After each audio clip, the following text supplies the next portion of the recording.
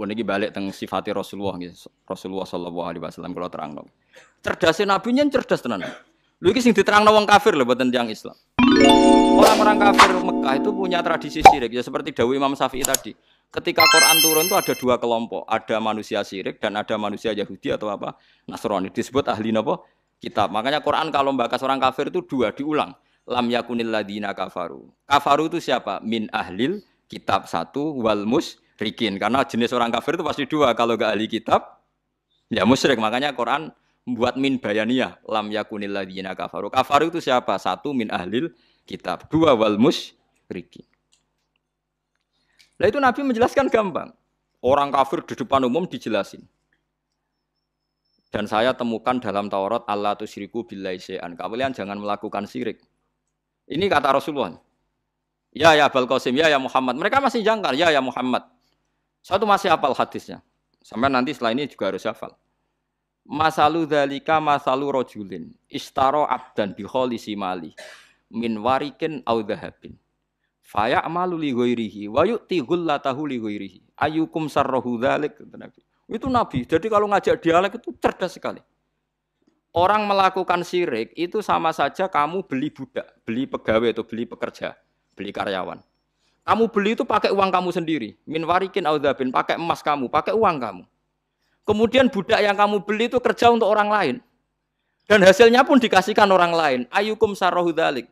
Kowe seneng di budak sing ngono iku. Jare wong kafir tak pateni ana budak, tak idek-idek.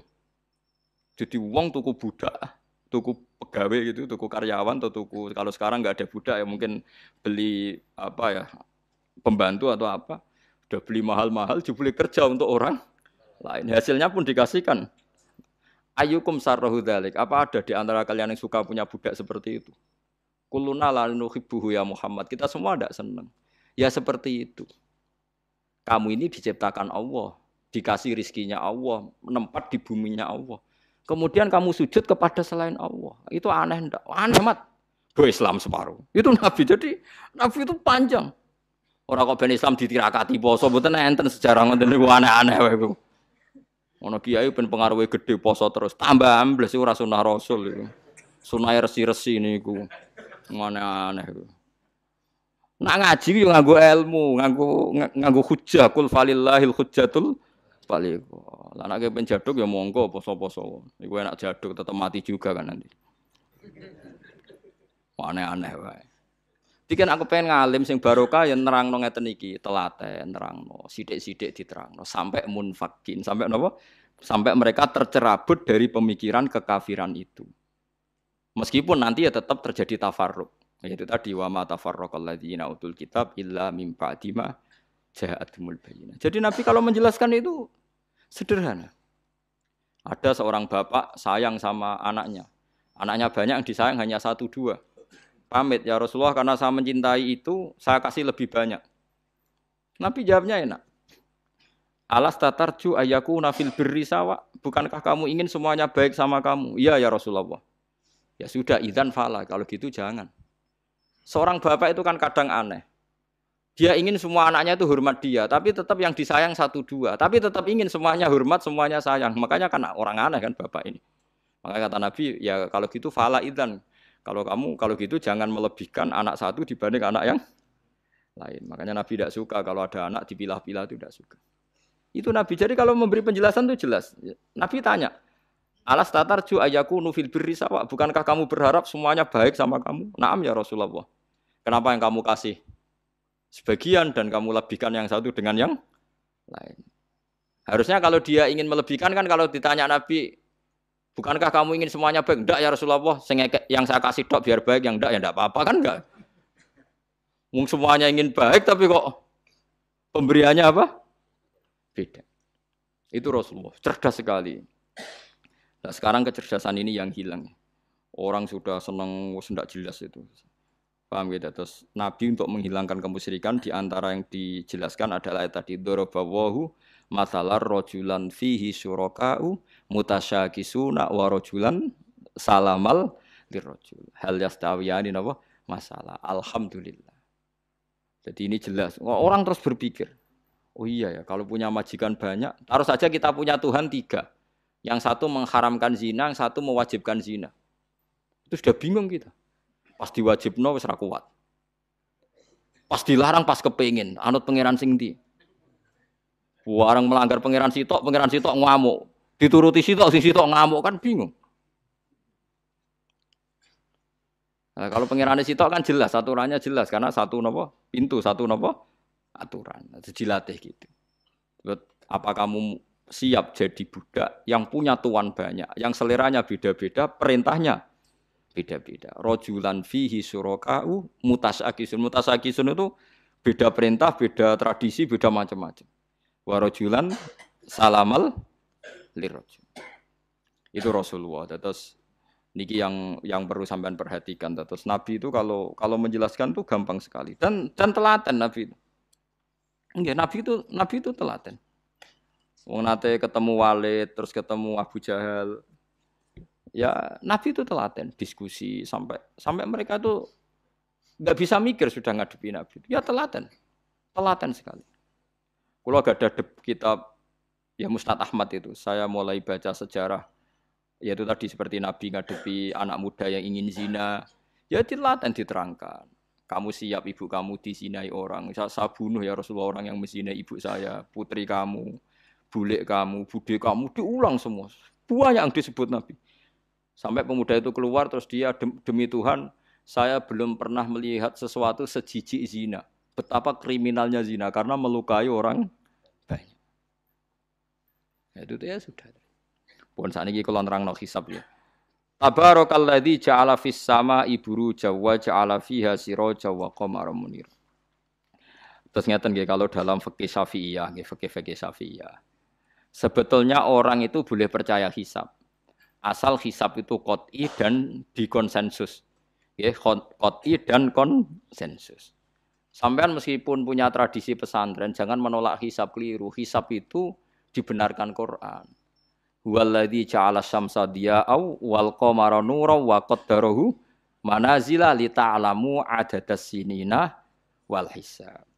Jadi hisab itu ilmu yang dibenarkan Quran. Cuma masalahnya kalau 1-2 orang itu ada subjektivitas. Atau kadang kurang ahli sehingga salah.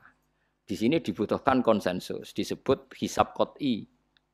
Makanya kayak kasus Syawal kemarin, andai kan tidak ada pengumuman pemerintah pun aku bodoh. Kok kalender Muhammadiyah ya 3 derajat, kalender NU ya sudah di atas 2,5 derajat. Mbok ora ana ru'yah lah aku wani bodoh. Mergo 2 derajat ae mutafaq alaihi iso diru'yah apa meneh sudah 3 napa derajat. Itu beda dengan Dzulhijjah yang sekarang. Itu ada yang bilang 1,5 derajat, ada yang bilang belum 2 derajat. Itu beda, itu subjektif. Boleh diikuti, boleh enggak. Tapi kalau seperti yang 1 Syawal kemarin harus diikuti hisabnya. Paham ya? Makanya kalau kata Imam Subki, hisab itu boleh diikuti kalau konsensus bagi para ahlinya. Tapi kelirunya orang-orang yang kadang itu anti hisab. Padahal hisab disebut Quran li ta'lamu adadas sinina wal hisab. Memang Nabi ngendikan sumulir ru'yati wa aftilur ru'yati, ya ru'yah itu penting itu tadi. Tapi ru'yah yang tidak beda dengan hisab, yaitu sama-sama ru'yah plus imkan ru'yah. Jadi kudu ngerti ilmu gini mang jelimet sampai ndak usah terus bikin dikotomi. NU itu ru'yah kalau Muhammadiyah hisab. Sing muni ngono iku sapa? Wong alim ra ono sing muni ngono. Waktu gale ngene, NU kunut Muhammadiyah gak kunut. Kula sebagai wong alim bahasa itu aneh. Imam Syafi'i itu kunut. Imam Syafi'i tahun 150 Hijriah. Saiki tahun 1436. Jadi tahu saya Imam Syafi'i itu kunut, Abu Hanifah itu tidak kunut. Apa Imam Syafi'i Rais Am? Apa Abu Hanifah ketua PP Muhammadiyah?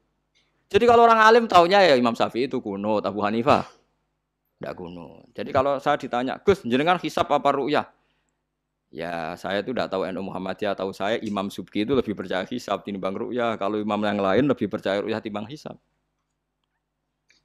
Imam-imam yang dulu-dulu, tapi kita sekarang terjebak politik identitas atau identitas ormas. Jadi ini khasnya NU ini. Tidak ada di tradisi orang alim tidak gitu. Hisab itu ya ilmunya pengira. Saya kemarin diundang di kajian itu saya bilang, lo yang bisa hisab itu kita. Orang tahu semua ahli hisab itu Kiai Turehan. Sekarang Jombang Kiai ini itu ilmu kita di pondok diajari hisab. Kalender kudus itu yang punya Ki Turikan itu masih penambah sama saya. Kalau kita anti hisab itu anti ilmunya sendiri kan? Anti ilmunya apa? Memang yang bisa hisab itu siapa? Kita kan punya pakar hisab banyak. Karena anti hisab ya obongi ngono kalender. Ya biasa saja.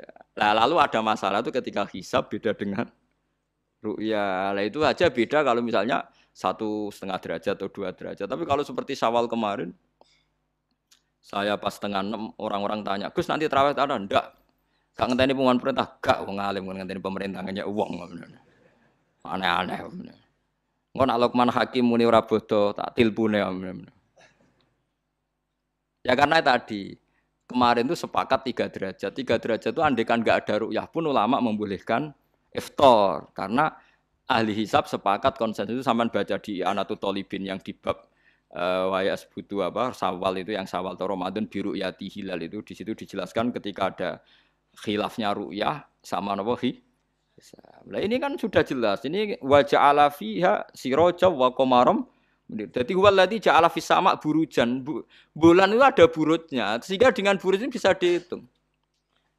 Ini kata Imam Ghazali di kitab Ihya dijelaskan gini. Bagaimana Anda tidak percaya hisab? Hisab itu bahkan bisa menghitung lama gerhana berapa menit, yang gerhana di sisi mana. Misalnya gerhana di sisi selatan. Lama gerhana sekian menit, dimulai 8-15 menit, selesai 20 menit. Wong ngitung menitan wae iso kok ngitung dina ora mbok percaya.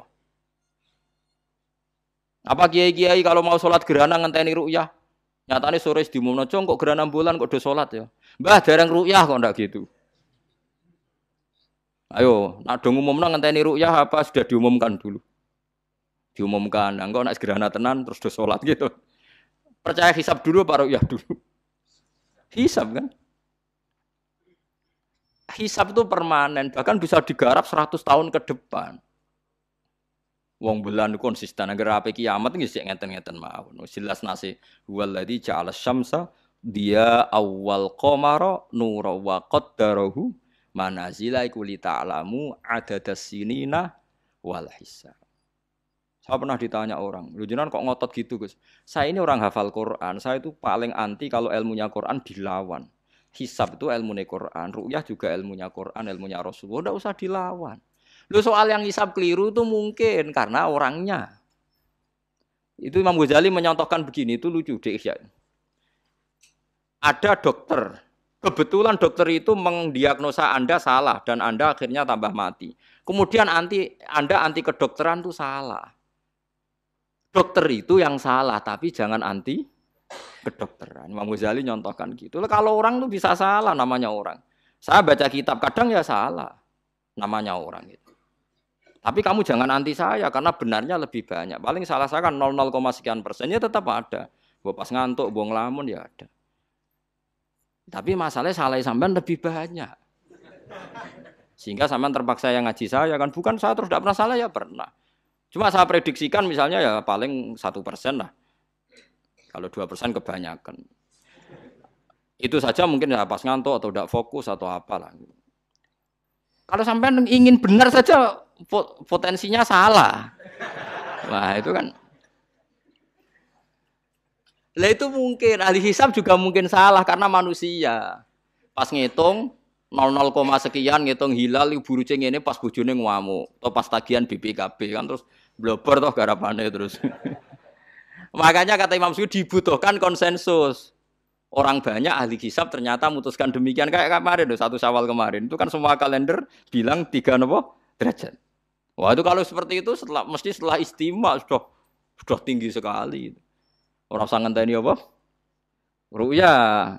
Ya tapi ya karena kita percaya ru'yah ngenteni pengumuman ru'yah. Saksinya adalah di Gresik ini, di Aceh. Nah wong alim mesti maca guyu.